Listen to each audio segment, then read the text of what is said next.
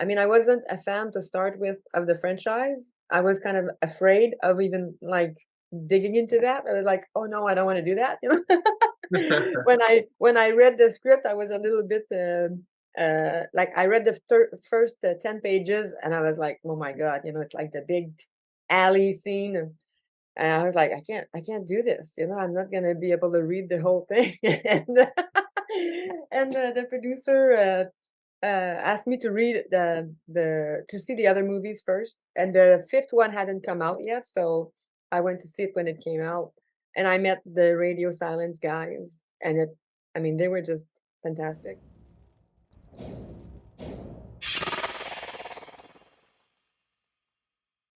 And the whole meta aspect of it, you know, the whole game of movie within the movie, and just caught me as a, you know, it became like a challenge, and really like a game, you know, like we were playing, trying to. They wanted to have so many references. The script was full of references from two already, but with the museum, you know, that was scripted in there. It was like a super nice occasion to dig in, and with all the Easter eggs, and so it became just such a fun thing to do. And the guys are like the ultimate fans of the franchise. So, you know, anything we would come up with ideas, and they were just like, wow, you know, like kids in a candy store. So it was really a blessing. Yeah, really a fun ride. And at this point, now you have turned into a fan. I have. Oh, so I kind uh, of have. Yeah, I kind of had to, right? It's like seeing all the fan base during our research, and seeing all the love that this franchise had, and the care that they, you know, they were putting, and all of these videos and analysis of all, you know, the different crimes. And I was like, you know, they're so passionate about it. It's like touching, you know. It's you kind of have to dig in and see what they see, and fall in love with the script and the team. And so yeah, we did become fan of it. It was like at first, like in the art department, you know, I was like uh, the ultimate fan. Like they were like, Michelle, you know, you're like changing so much. Like this isn't you, right? It was all about like, no, put some blood on it, you know, on the garage door, and all the details of the killings that we had to reproduce for the museum. And I was like looking at all the videos and stopping, and like, no, no, the blood stain isn't there, it's here, and like being super picky about, you know, every single detail in there, so that it was the most accurate possible. You know, that I had to believe it, that it could have been the real thing, you know, in the museum. So I had to believe it first to try to make it believe to anybody else, right? to those who aren't familiar with the film industry, in what consists the work of a production designer or art direction? Well, they're kind of the same and different. Often on smaller movies, sometimes the production designer is doing some art direction. On larger scale movie, the production designer has art directors working with him to help supervise the different sets and things. Him or her. The So the design is the production designer. I mean, I started really early in the process. We come in reading the script, breaking down all the sets that are described in the script, and all the elements that are given by the script that sort of have to be there. Then we do research on what these things would look like, and prepare mood boards for the directors to have an image of what we saw in the script. Then there's a location hunting. We knew we were going to do this in Montreal, so we start to look at, you know, looking at this list of sets, which ones are going to be built, which one we need to be built for technical reasons. You know, we were crossing with a ladder over a void of 4 stories. We're not going to do this live on a location with the actors, so we're going to build this for sure. You know, subway. We don't have a subway in Montreal. We're going to have to build this. This came in later in the process, but so we establish which ones are builds and which ones are locations, and then we start the hunt for the locations to fill in all the pieces that we think we can find. And at that phase, it also influences the script again, because sometimes we find things that weren't in the script, and you're like, wow, it would be so nice if this was happening in here, and maybe we could do this here, and knowing this location is like this, then maybe the action could be like this instead of like that, so it has an impact on the script for sure.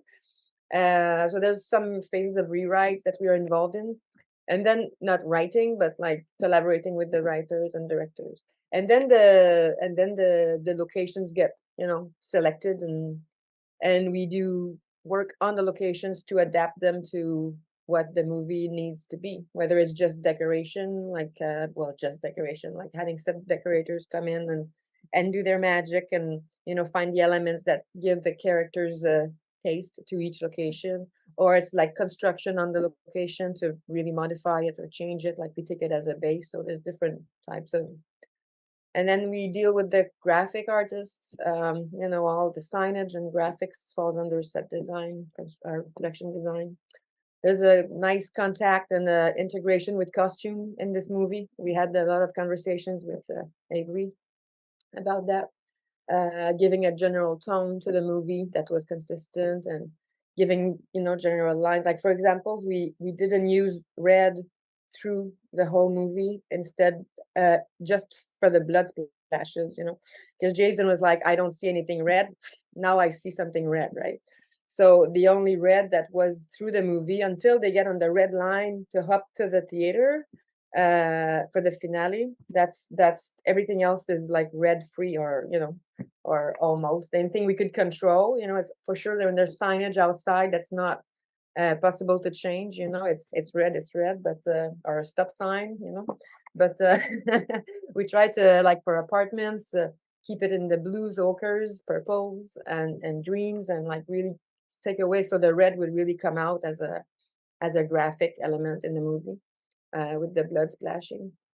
So yeah, it's a very wide, it touches many other departments, but it's like it's anything visual, if you wish, is included in the production designer's job.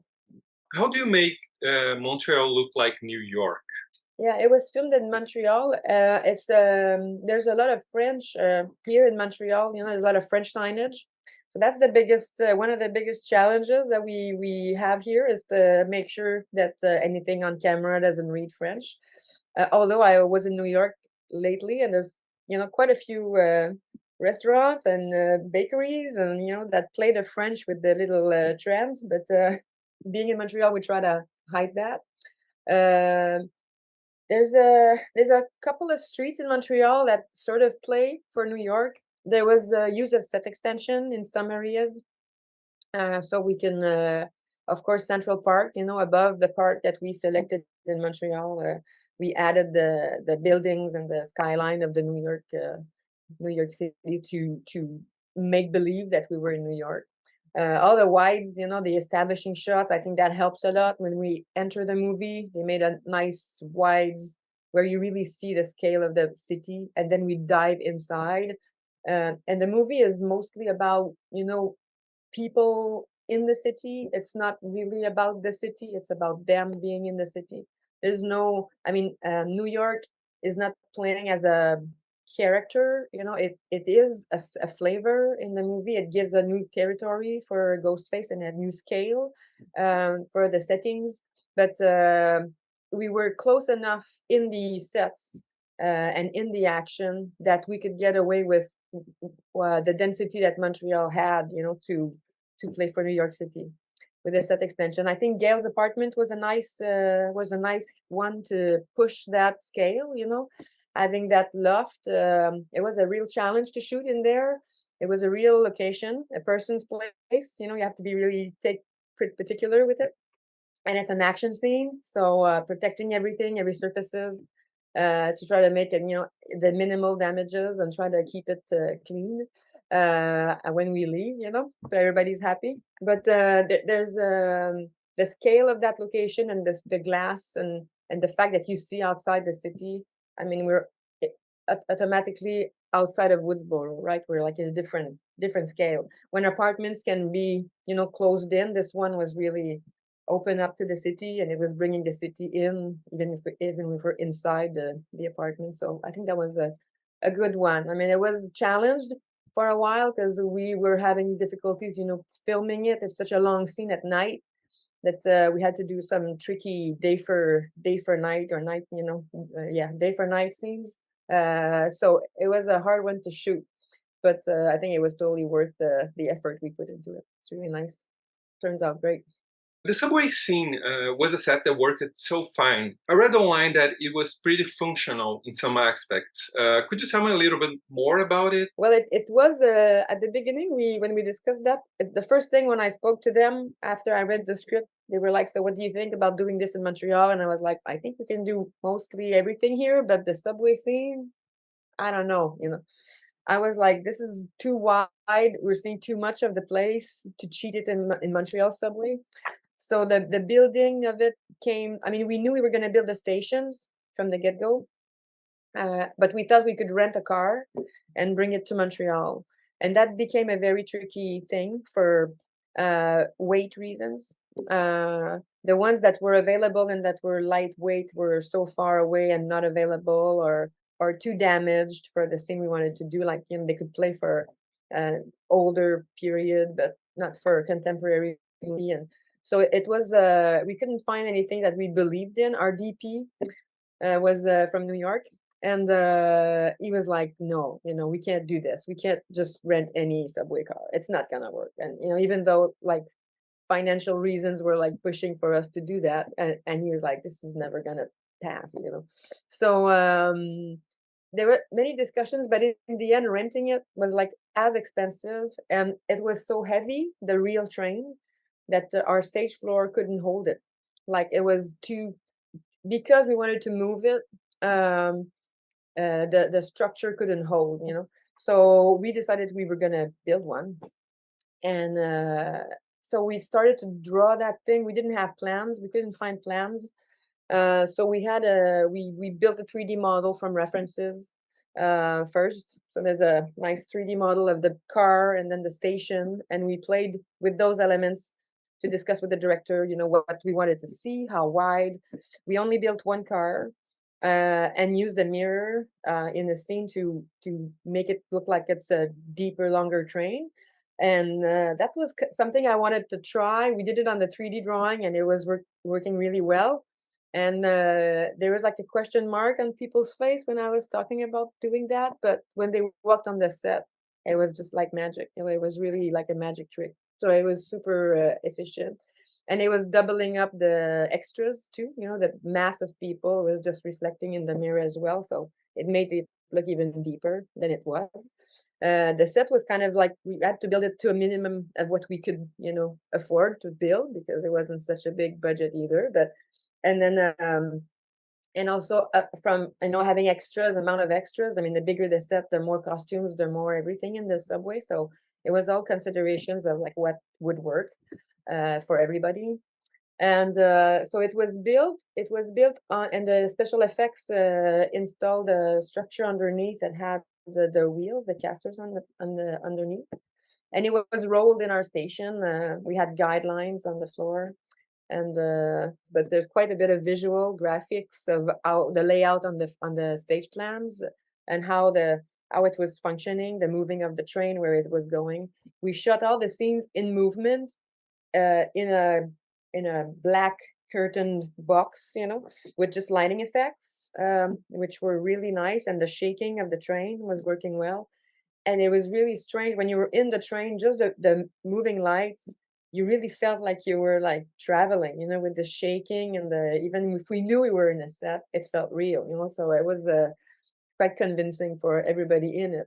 And when it walked in the station the first time, it was just like, oh my God, like the movement of it. And I was in New York for the premiere, and our hotel was at the 66 station. And when I walked out of the train, it was like the same train inside, very, very similar, all the finishing and the stainless strips. And so it was like all the details that we had seen on photos, were there. And I was like, wow, this is really bluffing me. It was like, it's like just like the real thing. So all the station too was based on, we had one station and we did changeovers, so it looked like a second station. So we had a day to do the changeover. So it was a really quick to change some signs. We changed all the columns. We had a set of green circular columns and a set of red square columns, and like pull the column, pull another one in. All the graphics were changed, all the ads, all the signage overnight changed. So turned out, and the staircase was enlarged. We rolled in another set of staircase to make it like a double staircase instead of just single one that the other station had. And so it was a quick changeover that we rehearsed before, of course, so we were sure that we were timed so it would work. It was a technical thing to do, very technical thing to do. So it wasn't like the train wasn't the most creative thing, because it's a replica of a real thing. The station a little bit more, because it was like a collage of different elements so that we could close the space but still feel depth and integrate lighting and have wild walls so we can put cameras. And so it's a different it looks like a real station, but it's like it's really like a collage of many stations that elements that say New York subway when you give it in a flash. But when it was filled with the extras and they were all coming down that staircase, it was pretty convincing. Yeah. So interesting.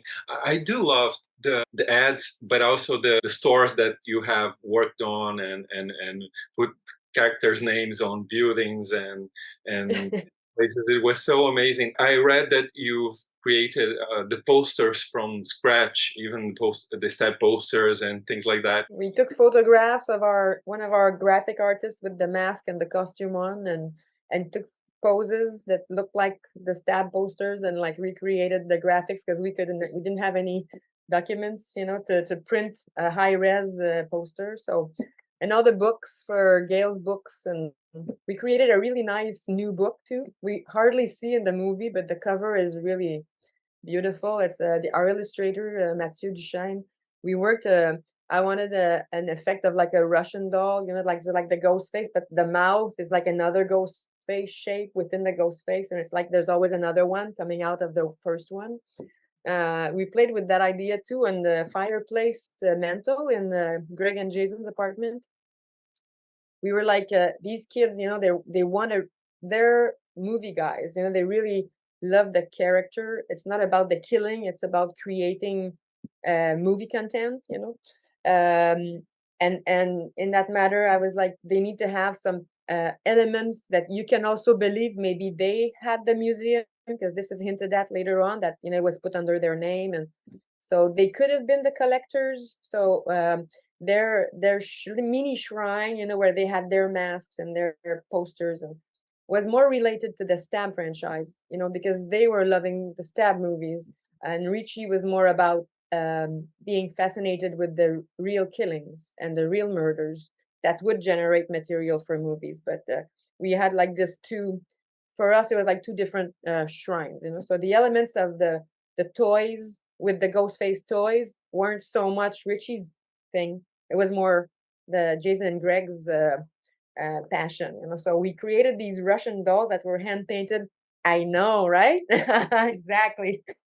So we had those. We had the handmade by robots, and we created a nice. It was like a Russian doll. We started with a giant one, and there were like 9 of them for the 9 killers. The last one was like a grain of rice. It was a tiny ghost face, but they all had this attitude with the phone and with the knife and the head tilted, and like all different ones. And it was one of our painters, Marie-Josée Perrault, who painted all of them by hand.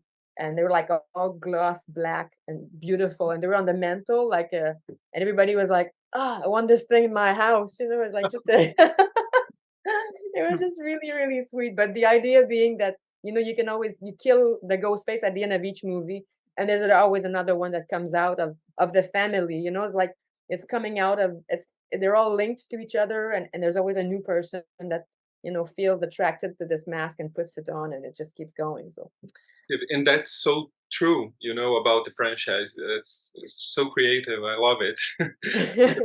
I have seen the Russian versions of Ghostface. I noticed it because I was like, where is the handmade by robots doll?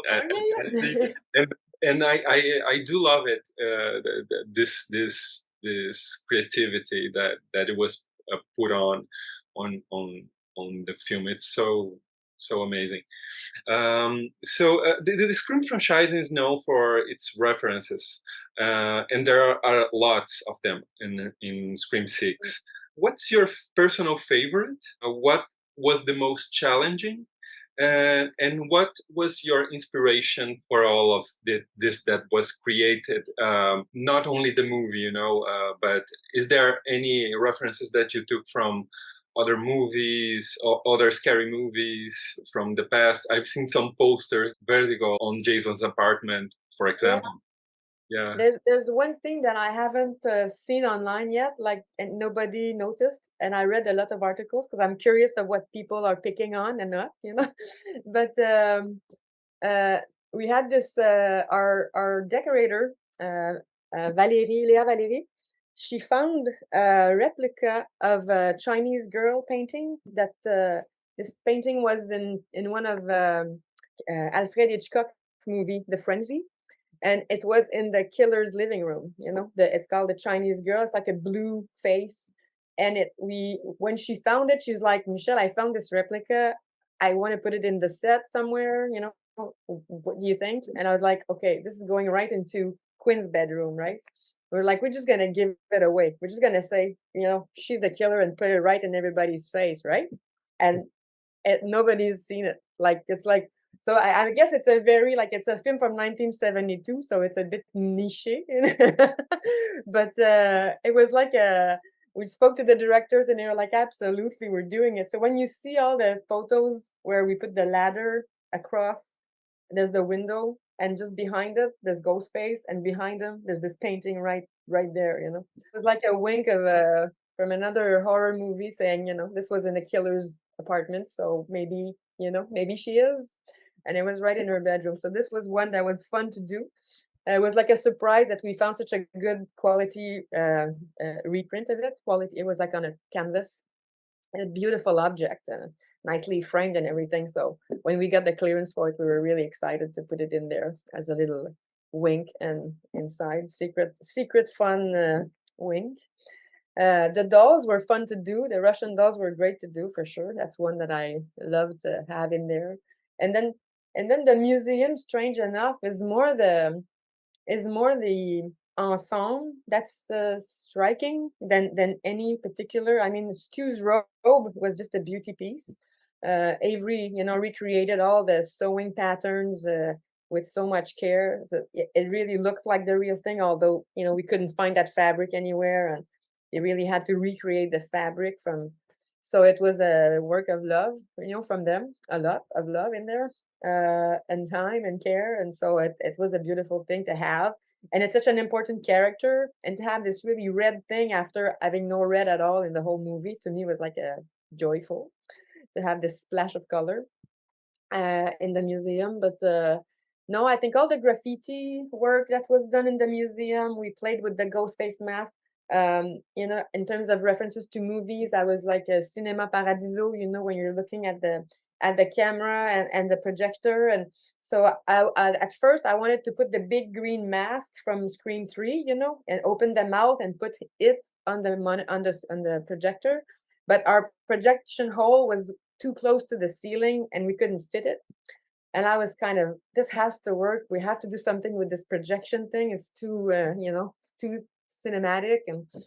And then we just played with the graffiti idea, and the illustrator, Mathieu, tried to, like, it was like, well, compress the mask and we'll just, like, they sprayed it on, even if it doesn't look right. It's just, it's a fan who did something. It doesn't have to be perfect.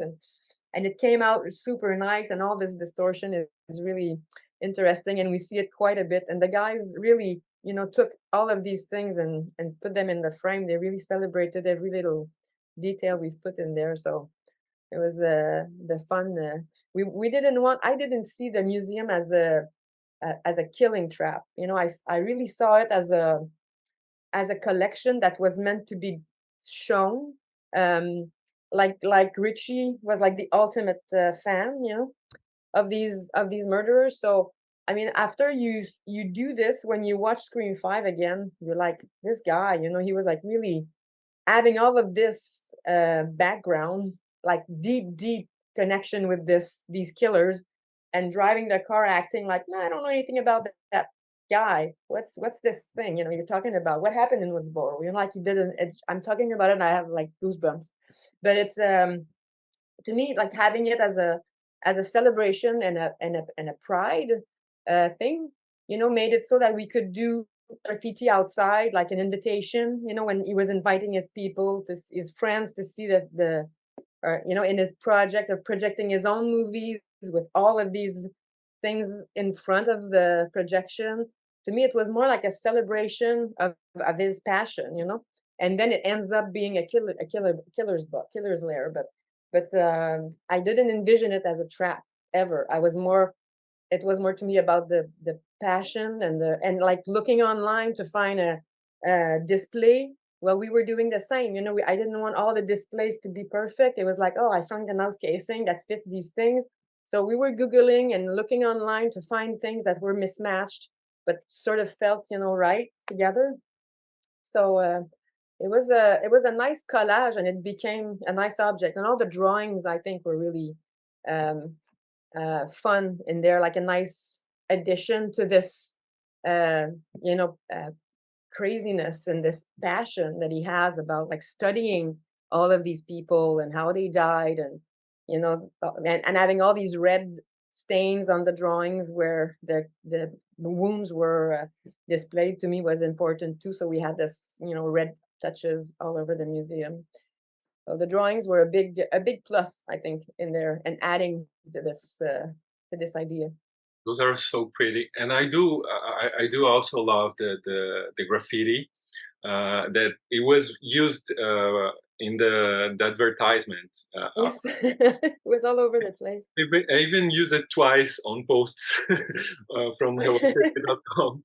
But I also I also am so happy to hear this Cinema Paradiso reference, because it's one of my favorite movies. I do hear the soundtrack at the moment you mention the soundtrack instantly.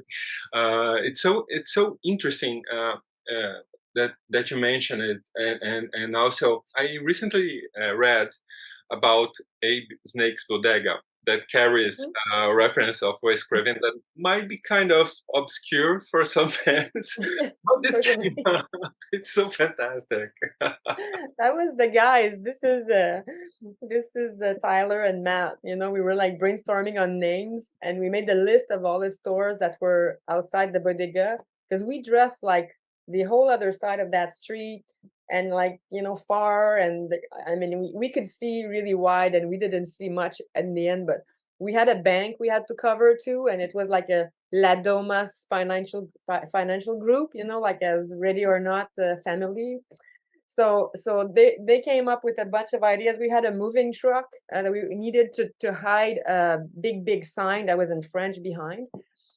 And so we moved in the truck, and I was like, it's gonna be a moving company. So I was like, I pitched, we call it Ready or Not Moving Company. Like, it works with the moving. No, it doesn't.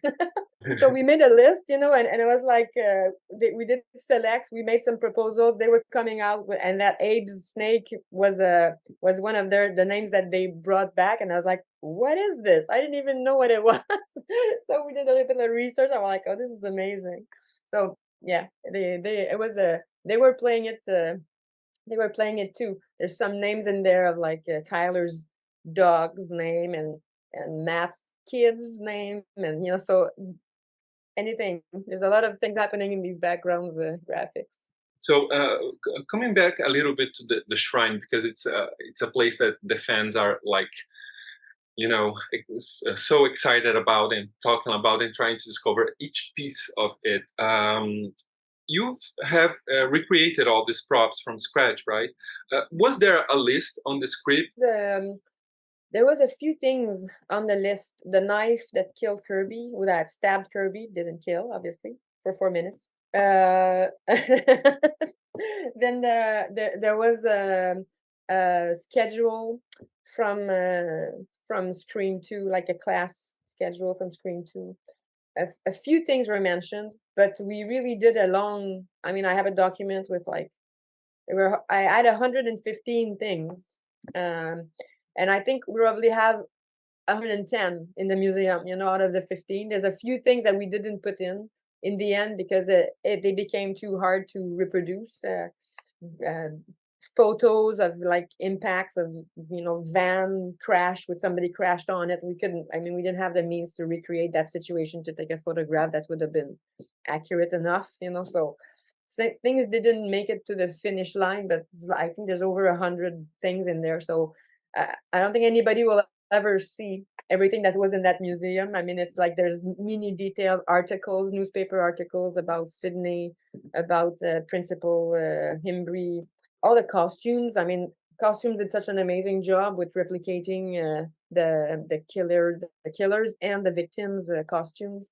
The garage door that crashes in the first one, that squeezes her in the first one. There's the big star where Sydney's boyfriend is killed at the end of 2 that we reproduced, masks from that play, posters from that play on the wall. So I mean, it's like we group them together by events, so that they would talk to each other. I mean, you see something out of context might be hard to connect, but when you see all of them together, like, okay, this is Kenny's cap and jacket, and his camera and his Cheetos bag. It's like, it's him. It's all the evidence that they could pull out of that crime scene. So it had to be believable evidence that a police could have gotten from a crime scene. Like we didn't just take any bizarre thing out of the blue. It was like, if I was a policeman investigating that crime, what would we bring back to the police station to analyze, and what could have been kept in, like, so there's just a section of that garage door. They didn't take the whole door. They took just the one with the trap, and everything else probably just got rebuilt for the house, and they just took this one out. And so it was more about like making sense of what the props could have been. I was reading that even the Kenny's Cheetos bag was recreated to that time. Because we couldn't find one that had this clear window in it, that you could see the chips. Yes, although it was like all bundled up and put beside the camera, and I don't think it made it to the finish line. I mean, we don't see it anywhere. I know it's there. and that's so interesting because there are collectors all over the world. Yes. And it's kind of a tradition that after the movie ends, people do like this auctions of props and Yes. things. And I would have connected you with people who had the actual props, but I think it's much more interesting the way you did, because it's a work of art, and that represents much better the entire craft that you were doing, and it's seamless.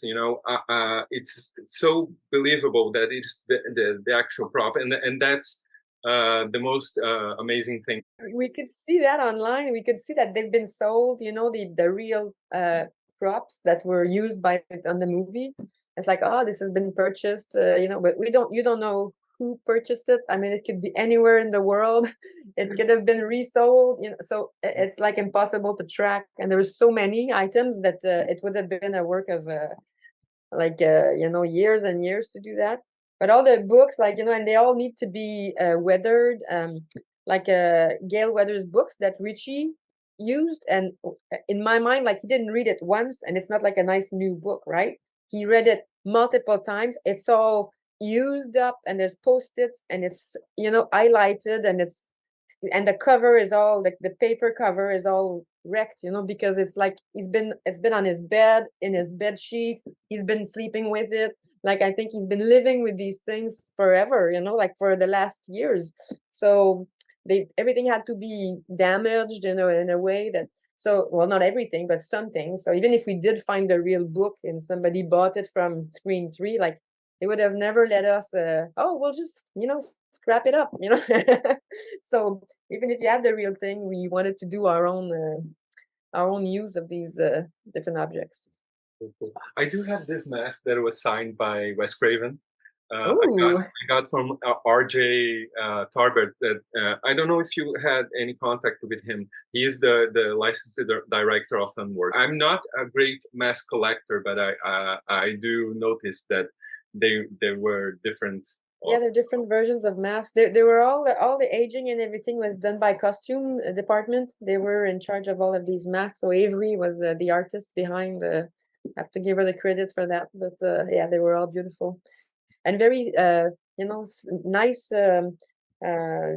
levels of aging. Throughout the different ones that you found. You Yeah. two worked so well together, right? It was fun. It was a fun ride. I mean, the both of us were like so afraid of like not being up to the fans' expectations. On this, it was like we really wanted to hit it like on the nail.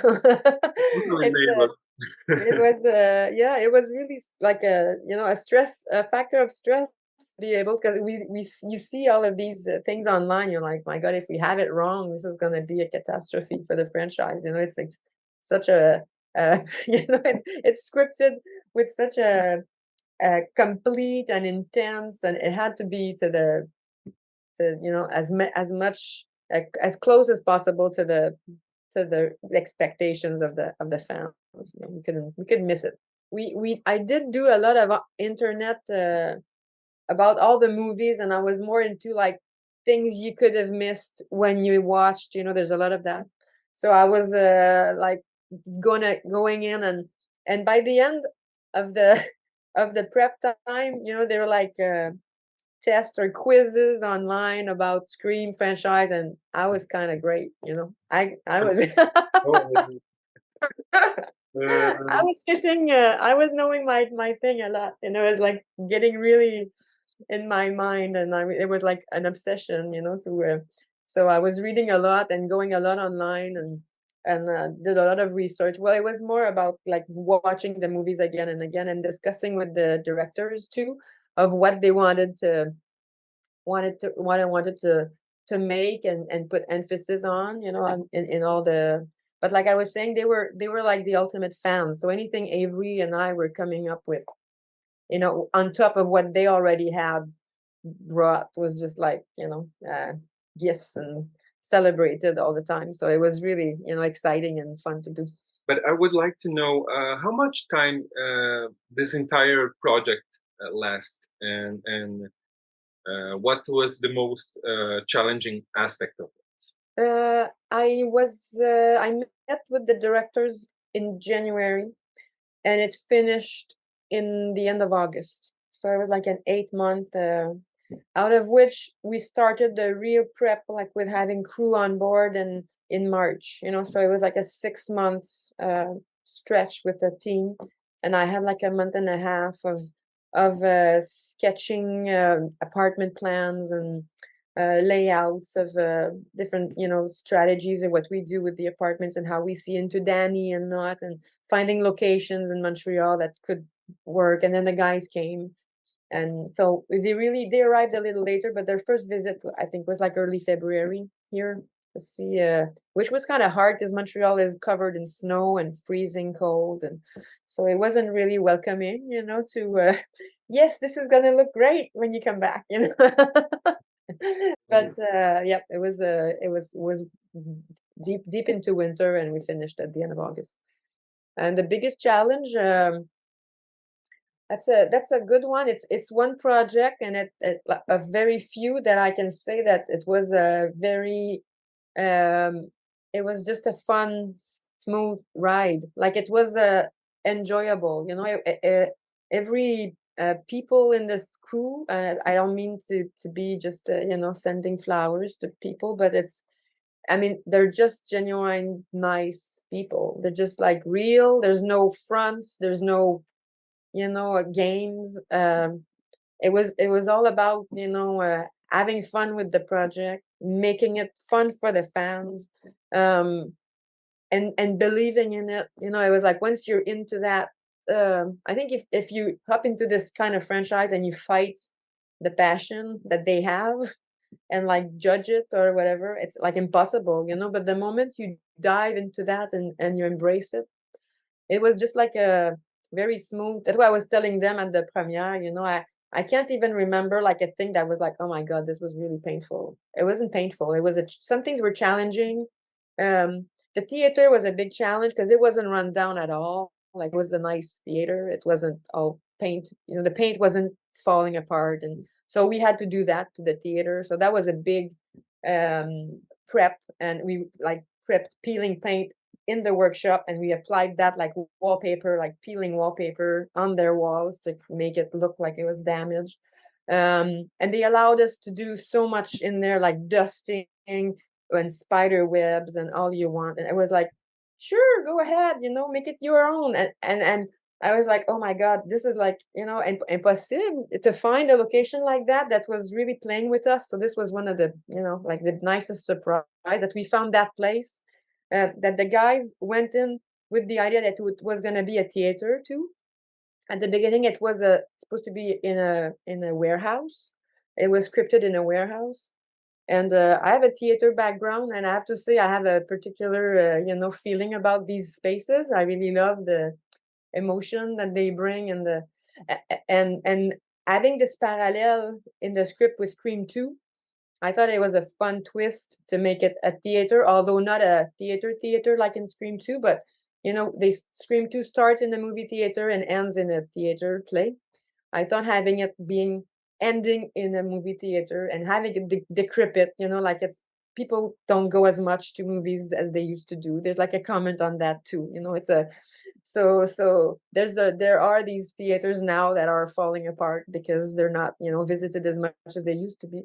So I thought it was a nice layer, and they came with that. When they visited it, it was clear that that's what it was going to be. We scouted warehouses and the theater, and when we were there together, it was like, okay, this is going to be here. We don't know why it's going to be here. We don't know how it's going to fit in our script, but we're going to make it work here.